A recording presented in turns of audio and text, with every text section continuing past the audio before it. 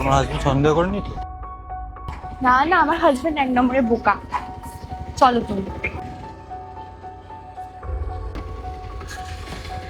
আচ্ছা, তুমি তো খুব চালাক। তুমি তোমার হাজবেন্ডকে বোকা বানিয়ে 1 সেকেন্ডে আমার বাড়িও চলে আসলে। আরে বাবা, ও একদম গাধা, ও কিছু বুঝতেই পারেনি। আচ্ছা, তাহলে কি বলে এসেছো? আমরা কোথায় যাচ্ছি? আমি এটা বলে এসেছি ওকে যে আমার বন্ধু পর্ণার বাড়িতে দেখা করতে যাচ্ছি, আর ও এতটাই বুদ্ধি নেই যে ও ধরে ফেলবে।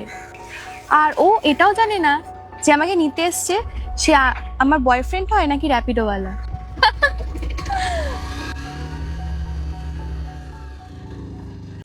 হাই জেজু, কেমন আছো? পর্ণা, তুমি এখানে? আরে হ্যাঁ, আমি এই পাশেই এসেছিলাম, তাই ভাবলাম তোমাদের সাথে একটু দেখা করে যাই। সেনোরিটা কোথায়? কিন্তু শ্যানরিটা তো তোমার সাথে দেখা করতে গেছে রেস্টুরেন্টে। আমার সাথে দেখা করতে গেছে, কিন্তু আমার তো ওর সাথে অনেকদিন কথা হয় না। আচ্ছা, একটা কাজ করো, তুমি একবার কল করে জিজ্ঞাসা করে নাও তো ও কোথায় আছে। এক সেকেন্ড দাঁড়াও, ফোন আস। হ্যাঁ পর্ণা বল, কেমন আছিস? আমি ভালো আছি, কিন্তু তুই কোথায় আছিস? আমি তো রেস্টুরেন্টে আছি। ও আচ্ছা, কার সাথে?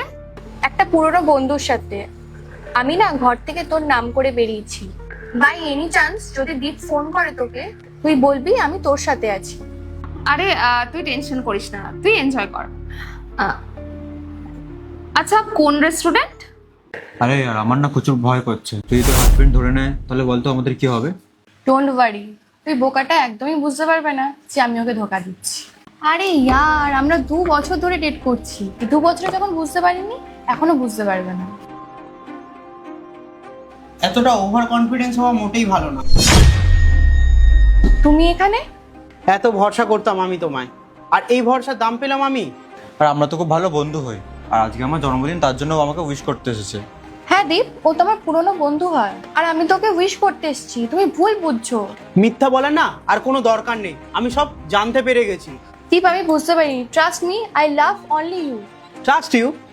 আমি সবসময় তোমাকে বিশ্বাস করেছি, তোমাকে স্বাধীনতা দিয়েছি, কিন্তু তুমি আমার ভালোবাসা আর আমার সবসময় তুমি মজাই উড়িয়ে গেছো। সত্যি আমি বোকাই ছিলাম, আমি এই জিনিসগুলো না বুঝতে পারিনি। তুমি আমার মুখ দেখানোর আর জায়গা রাখলে না, আর আমি তোমাকে সবসময় তোমাকে ফ্রিডম দিয়েছি। কখনো তোমাকে আমি জিজ্ঞাসা করিনি কোথায় যাচ্ছো, কার সাথে যাচ্ছো। আর এতটা ট্রাস্ট করার পরেও কি পেলাম? ধোকা। সত্যি ওই হাজব্যান্ডগুলোই না ভালো হয় যারা সন্দেহ করে নিজের স্ত্রীর ওপর। ওই স্ত্রীগুলো ভয় তো পায় কিছু ভুলভাল কাজ করার আগে। আর আমি তোর এই জঘন্য কাজ দেখার পর না আমি আর থাকতে পারবো না। প্লিজ প্লিজ দীপ, আমাকে অন্তত একটা সুযোগ দাও শুধরানোর জন্য। অনেক বোকা বানিয়েছো আমাকে। 2 বছর তোমার কাছে শোধরানোর সময় ছিল, আর তোর যদি এতই শোধরানোর ইচ্ছা ছিল না, তাহলে তুই আজকে এখানে থাকতিস না এর সাথে। আর আমার বাড়িতে না তুই আর একদম ঢুকবি না, তুই থাক এর সাথে। না দীপ, না না, প্লিজ